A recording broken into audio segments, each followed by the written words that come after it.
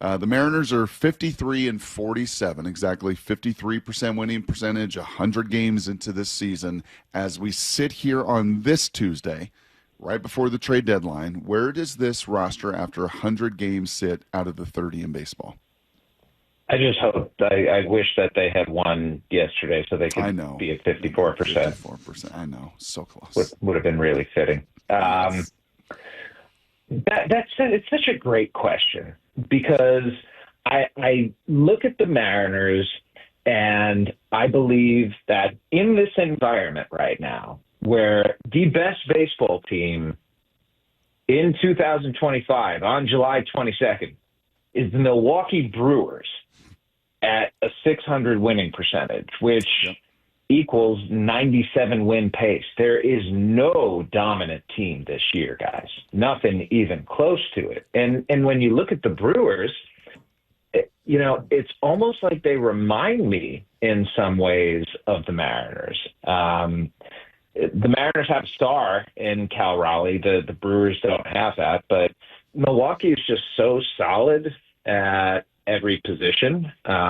They are relying on their starting pitching, and they have a bullpen full of arms where you're like, who? And yet they're really good. And so I listen, I can absolutely foresee a scenario in which the Seattle Mariners at some point are a top 5 team in baseball. I really do believe that they have the capabilities of being that. And yet I also can foresee it where they're like 15th.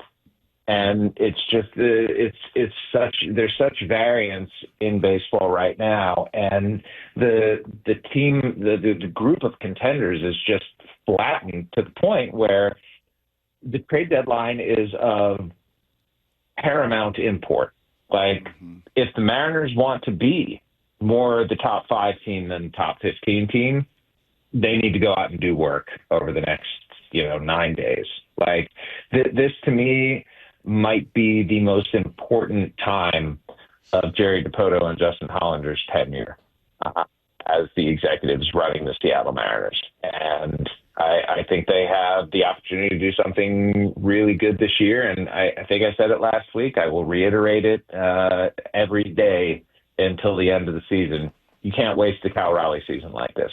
You just can't waste a historically great season when it's not just him, but you also have guys around him who are having good years.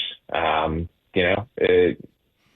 look at Randy Arozarena, like what a great pickup that was last year, and how good has he been this season? And Julio has just been what he's been for the last couple of years, but that's still really good. And J.P. Crawford is having a sneaky excellent season. Having him toward the top of the lineup, knowing he's getting on base at the level he is, it's great. But man, you add Gino Suarez and or Josh Naylor to that lineup, and it looks way different. And then this, I think, is something I was not anticipating saying, because I think we've taken for granted what the Mariners' rotation has been in recent seasons. Right?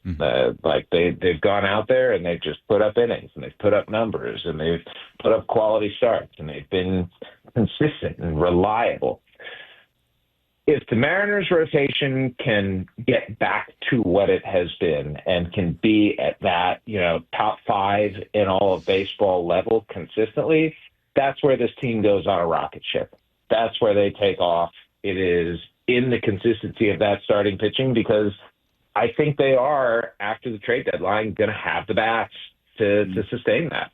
Okay, so I know Mike wants to ask you about your 50 top trade prospects and where the Mariners fit in this, but elaborate, if you wouldn't mind, Jeff, on that headline you just made.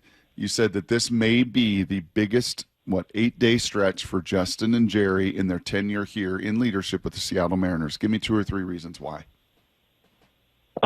Reason number 1, because it is a wide open landscape in Major League Baseball. There is no dominant team. And if you can put yourself in the position where you get one of those golden tickets to get into October, and you have the starting pitching and you have the bats, then you can win a World Series. I firmly believe the Seattle Mariners can win a World Series this year. Would you guys agree with that? Depending on what they add, yes. With that caveat. With the current 25-man roster and 40-man roster, no. The current, as we sit here on this Tuesday, this current roster, Jeff, and with all the injuries, I mean, you have 20% Check back on of August your 1st. Yeah, 20% of your rotation going in this year. Only Luis Castillo has been the only consistent guy. Well, that's not true. Woo has been consistent. Hey, Woo. 40%. 40% it has been consistent there. So as this current 25-man roster looks like, I have a hard time saying that. With the opportunity over the next 8 days with 2 or 3 additions, yeah, I don't think that's unreasonable. Okay. Secondly, I think it's important because from a narrative perspective, it was awesome seeing them go to the playoffs a few years ago. Yep. And then the last couple of years, they have just missed by a hair. And I don't think that they can afford another year with a near miss. Okay. It speaks to, well, frankly, it speaks to ownership to some extent because they really didn't have much of a budget to work with this offseason, but sometimes executives are not given budgets. And I look at the Milwaukee Brewers, and I know it's an easy thing to say the team with the best record in Major League Baseball right now, be more like them. Well, yeah, duh. But what the Brewers have done extremely well is put processes in place to be good at just about everything. They draft well. They do international well. They trade well. And most of their free agent signings, though on the lower end of things, turn out pretty good. And I think the Mariners are close to that. They haven't hit on free agents for the most part, but trades have been pretty productive internationally. They've done pretty well, and drafting, they've just absolutely killed it. You can argue that the Mariners over the last 5 years have drafted better than any team in Major League Baseball. So, and here's the part that I think is really difficult. In order to get the guys they need to get, they're going to have to give up on players who they drafted and or signed and brought into their system. And the truth is, nobody loves your prospects like you love their prospects, or like you love your prospects. So I think it's going to be awfully interesting to see just how difficult it is to pry certain guys from the Mariners and what they will be willing to pay in a market that is going to be a seller's market. Like, there just aren't enough guys out there to fulfill all the needs of contenders. And accordingly, the prices are going to be high. And are the Mariners an organization that has become more efficient and that looks, they look at their model and they value what their model says. And a lot of times the model is going to say, no, don't overpay for this. But in order to win this year, you're going to have to. So when it gets down to brass tacks, guys, what are they going to be willing to do and how much are they going to be willing to pay for it? Well, that leads me kind of right into what you have put out there, your top 50 trade candidates, and it's ranking from, you guys ranked by value for their new team. Then you also put chances of trade. And right there, number one, Eugenio Suarez. And in your article, you put chance of trade 90%. So he's sitting there having a ridiculous season. The most coveted trade prospect. He keeps hitting home runs. He's gonna catch Cal soon. So that's good news, bad news for a lot of things. But with the season he's having and with him sitting right there, and you mentioned the seller's market, what do you think it would take? If you're the Diamondbacks, how steep of a price are you asking? And at what point do the Mariners have to say, yeah, we're going to do this, or no, that's too much? Well, I think the biggest issue is going to be that as much as the Mariners could use a third baseman, they also could use a first baseman, right? And they also could use a little bit of bullpen help. And I think the New York Yankees probably need a Eugenio Suarez more than the Mariners do. Now, the Yankees do not have the farm system that that the Mariners do. And the Yankees have a need for starting pitching in the big leagues right now, where a guy like Cam Schlittler, who, 6'8", up to 99, absolute monster. They probably in other years might be more willing to move him for someone like Suarez. But now the Diamondbacks are going to be looking for pitching. So that puts who in play? Is Logan Evans in play? Like, is that something, I'll ask you guys, is that something that you'd be willing to do for someone in Suarez who's a rental?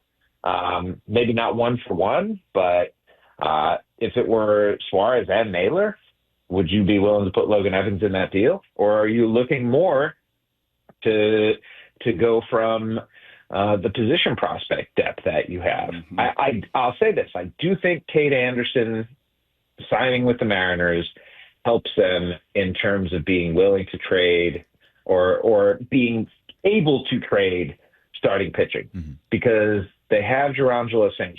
and he's awesome. And they have Ryan Sloan, and I think Ryan Sloan actually is, at the end of the day, going to be the better prospect out of those two. I adore Ryan Sloan. I think he has the size, the stuff, the feel, not just for spin and for off speed, but just the feel for pitching that you rarely see in a kid coming out of high school, let alone a high school in the Midwest.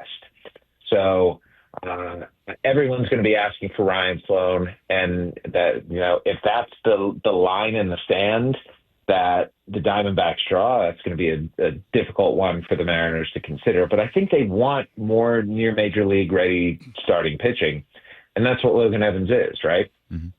Mariners are a little bit like their counterparts that they share the street with there in the Seahawks, in the sense that every draft we go into, save for this year, where we all want to Gray Zabel, like John Schneider does stuff and drafts a name that is unfamiliar, nobody talked about. And the Mariners have done that over the years in some of their different trades and acquisitions. Eugenio is a very familiar name. Present a couple other scenarios, Jeff. Present a couple other maybe not as familiar names that could really elevate and help this roster, as you said, become a legitimate World Series contender.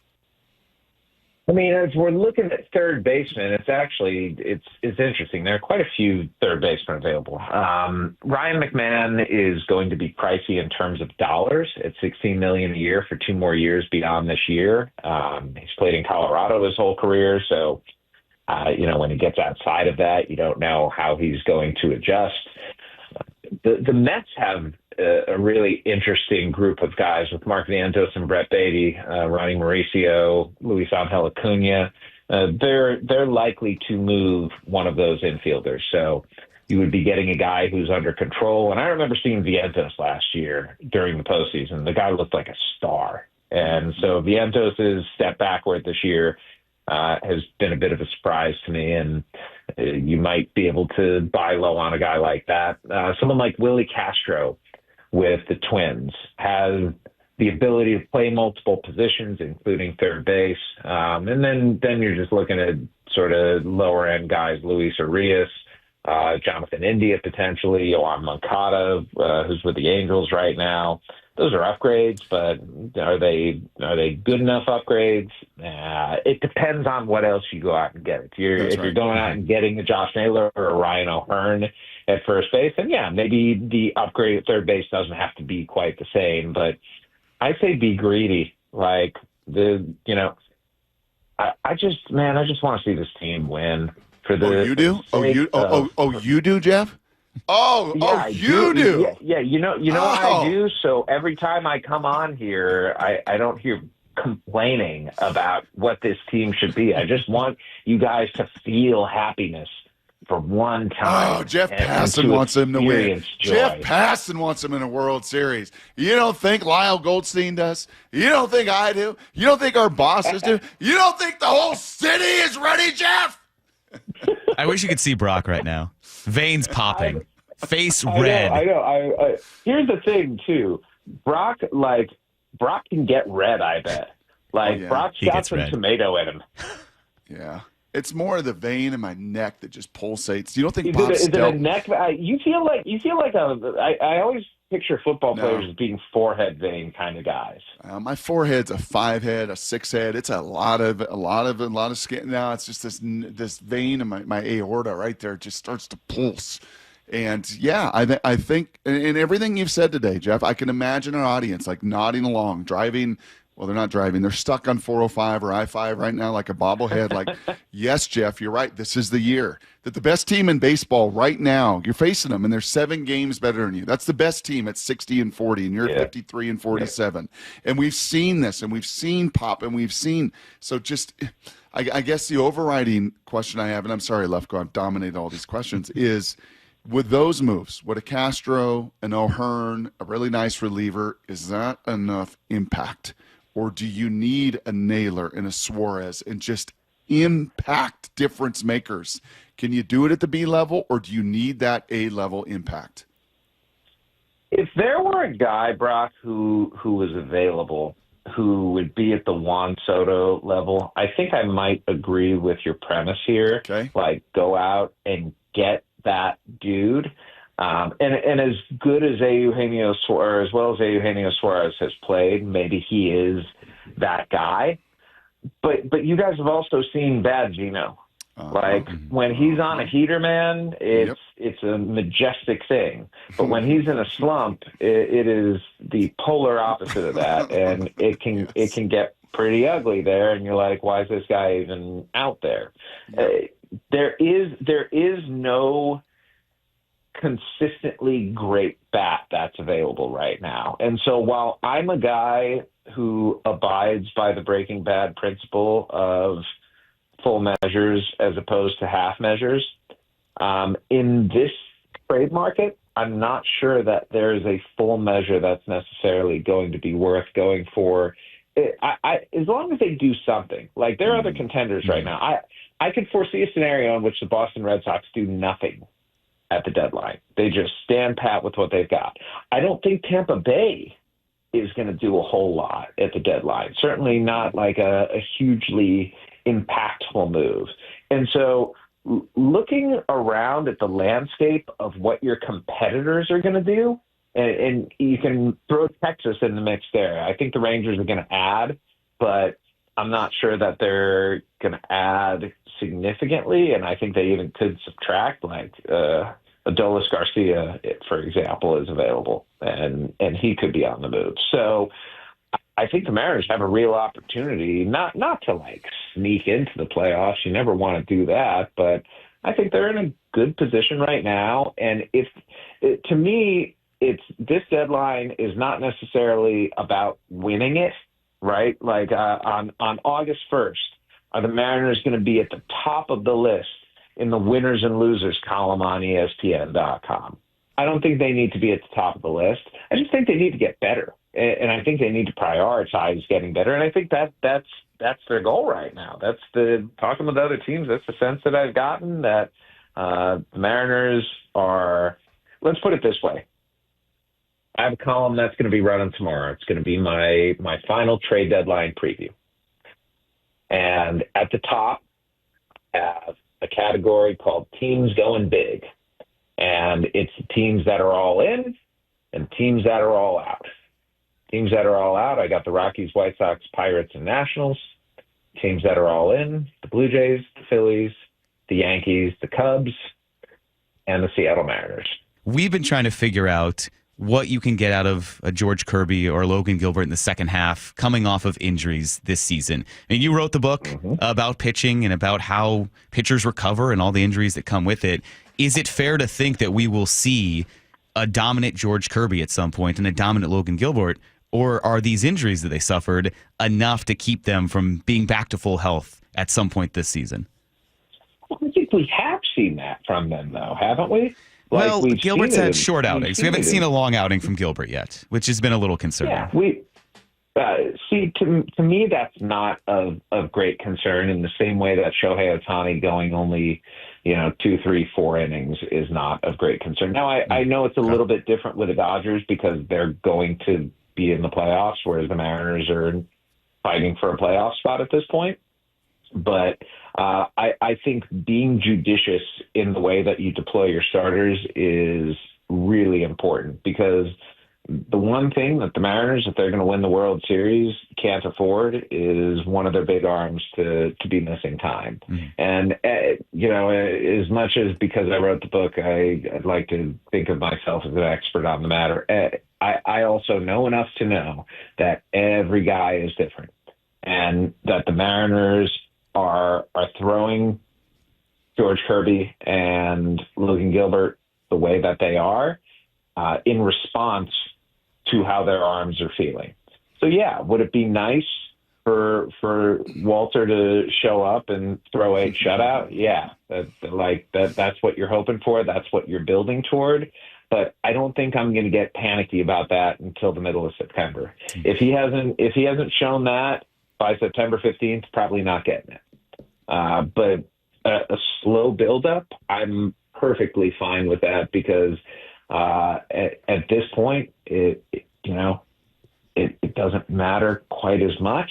It really matters when it comes down to nut cutting time, and we're not there quite yet.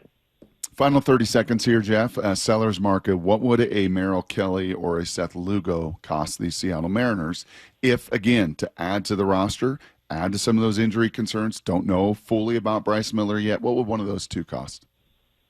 I believe not one top 100 prospect was traded last year at the deadline. Now, prospect rankings can be a little bit weird, and a guy like Jack Flaherty brought back Tyron Lorenzo and Trey Sweeney, which was a pretty good package. But I think for Lugo, especially if he's going to be more expensive, a top 100-ish guy would probably be enough. Kelly, it all depends on what the Diamondbacks have. I don't think they're trading Kelly and Gallen.